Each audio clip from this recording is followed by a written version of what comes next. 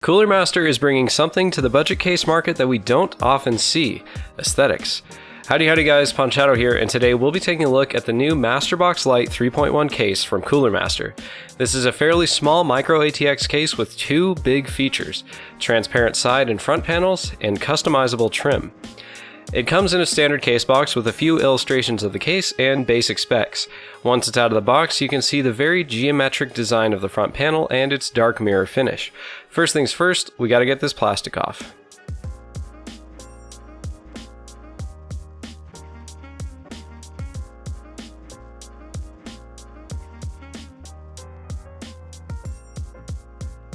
There we go.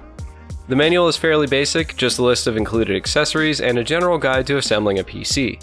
The case itself comes in at 18 inches long, 8.2 inches wide, and 15 inches tall, a little smaller than your typical micro ATX case. The front panel includes a reset switch, microphone and headphone jack, power switch, USB 3 and USB 2 jacks, and a hard drive activity LED. I'm a little irked that Cooler Master didn't just do two USB 3 jacks on this case, especially since it came out in 2017. Minor complaint though. The front panel has Cooler Master's dark mirror tint, which means it's partially transparent but heavily tinted. The geometry is quite cool in my opinion, and the trim pieces are replaceable. You can pick white, red, or black for the trim. Honestly, they all look really cool, and that gives you a lot of options if you're trying to color match your build. The trim pieces are held in place with tiny screws, so you'll need a very little screwdriver to replace them. It is a little difficult to avoid smudging the front panel with fingerprints while you're replacing the trim pieces, but ideally you'll only be doing this once. Air intakes are at the top and bottom of the front panel, and both vents do come with coarse dust filters. There's really not a whole lot of space for air to come in here, maybe a few square inches, though I haven't had problems with cooling. The top of this case is plain black and has no vents. Personally, I like this better because top vents just let dust settle in your computer. Moving to the back, the power supply is bottom mounted and reversible, so you can have it pull air from inside the case or from underneath. A mesh filter is included to help keep dust out if you choose to have the power supply intake from below the case, and it's actually pretty fine, so it should keep your power supply clean for a long time. The case comes with 4 motherboard expansion slots, par for micro ATX, and each one doubles as a very breathable vent. A 120mm fan is pre-installed in the rear, and a 120mm radiator can fit here just as well. Moving on to the side panel, we have a lightly tinted edge-to-edge acrylic panel. Honestly, I wasn't expecting it to look this good, considering the price of the case. Much like tempered glass panels, it's held in place with 4 thumb screws, one in each corner. Since it is acrylic, you'll need to be careful not to drop the panel. Cough, cough. Because it chips and scratches quite easily. In the same vein, these panels are fingerprint magnets, so the best thing to do is just avoid touching them as much as possible. With the side panel off, you're greeted with a very clean, black-coated interior. The case supports micro ATX and mini ITX motherboards and has a huge motherboard tray cutout for installing CPU coolers. In fact, it's almost as big as the mini ITX mounts. There are no 5¼ inch drive bays, so if you're one of the unlucky few who still needs to use a DVD or Blu-ray drive, you'll have to use an external reader. This case has 2 3.5 inch drive bays and 1 2.5 inch drive bay, all of which are provided by a removable hard drive cage that can also be repositioned. The 2 available positions are about 1 inch apart to allow for either a large water cooler up front or a longer power supply in the back. Even with the hard drive cage in the rear position, there are about 3 inches of clearance from a standard 160mm power supply, so moving the cage shouldn't be necessary in most situations. It may be a little easier to install hard drives and SSDs with the cage removed from the case so you aren't fighting against the motherboard tray. My only complaint is with the SSD mounted sideways like this, the power and SATA cables will both have to bend 90 degrees to be routed behind the motherboard tray, while the 2 hard drive positions allow you to have the cables hidden right away. Since almost the full length of the case is available for graphics cards, it supports GPUs up to 380mm or 14.9 inches long. Even the ginormous Radeon R9 Fury is only 12 inches long, so as far as I know, this case will fit any GPU on the market. CPU coolers up to 158mm tall are supported, so most 120mm tower coolers will fit. There are 3 large cutouts toward the front of the motherboard tray for cable management, and the entire bottom section is open to allow cables through behind the motherboard tray. There's between 9 and 15 millimeters of space behind the motherboard tray, with the widest section in the center due to the extra bump in the center of the side panel.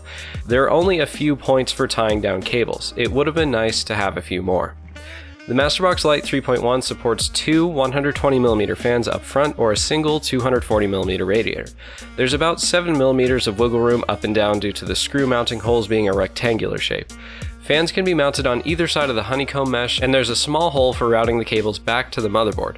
Installing the lower fan or a 240mm radiator will probably require you to remove the hard drive cage to get access to the lower screws. It's easy to take out with 2 screws attaching it to the motherboard tray and 4 screws securing it to the bottom. Building in the MasterBox Lite 3.1 was just as easy as in any other case. The fact that it doesn't have 5¼ inch drive bays actually makes it quite a bit easier, since maneuvering a motherboard around those can be difficult. The PCIe slots have regular screws rather than thumb screws, so you'll need a screwdriver to work with them, but this isn't a major complaint. Since it's such an open space, installing the power supply and graphics card is easy. Cable management in this case is below average. A modular power supply will help immensely. Due to the minimalist interior, there just isn't much room to hide cables.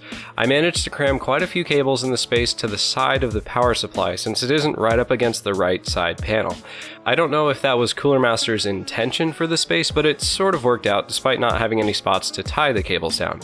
The space behind the motherboard tray is also underwhelming, and it helps to keep all your cables in a single layer, otherwise you'll have to press really hard to reinstall the panel. There's a space almost big enough to fit the CPU power cable right at the top of the motherboard tray, but it's just barely too small to fit. It would have been really nice to route the EPS cable up there rather than across the motherboard. Once you've dealt with the cables though, this case does come out looking really clean. If you want to see the full build video, click the link in the description or the card in the top right. Arguably the best thing about this case is the price. It's only about $40, and for an edge-to-edge transparent side panel and mirrored front panel, that price is hard to beat. So let's look at the pros and cons of the Cooler Master MasterBox Lite 3.1. For the pros, first, it looks really good. This is the coolest looking case I've personally worked with. Removable trim pieces are a nice addition. This gives you a lot of options and flexibility in matching the case to your components or even to your room. There's a ton of space on the inside. 15-inch graphics cards, 160mm power supplies, and CPU tower coolers up to 158mm tall. Water cooling is easy with support for a 240mm radiator up front. That means this case will work all the way up to extreme i7 or Ryzen 7 builds with overclocking. As for the cons, cable management is a bit of a chore. With a modular power supply though, this wouldn't be a big problem. The side and front panels scratch easily. There's no way around this with acrylic, you just have to be careful when handling them. Once your computer is all set up though, this isn't too big of an issue. Finally, I think it's pretty dumb that any case released in 2017 would still have USB 2 jacks. I mean, come on, you already included a USB 3 header, why not just make them both USB 3? Overall, this case is hard to beat in this price range. It's well built, it has tight dimensions that miraculously don't make it hard to build in, and it's just really good looking. Cooler Master did a good job with the MasterBox Lite 3.1, and because of that, I'm going to give it a recommended buy award. Click the link in the description to pick up the MasterBox Lite 3.1 from Amazon. Also, important alert, we have a Discord for the channel now. That's linked in the description, so come by and say hello. I promise we won't just spam dank memes. To get notified of new videos as soon as they're up, hit subscribe, then click the bell icon to enable notifications. So guys, if you like this video, hit the like button. If you want to see more, hit subscribe, and if you have any questions on the MasterBox Lite 3.1, let me know in the comments below. Thanks for watching, I hope I helped, and I'll see you in the next video.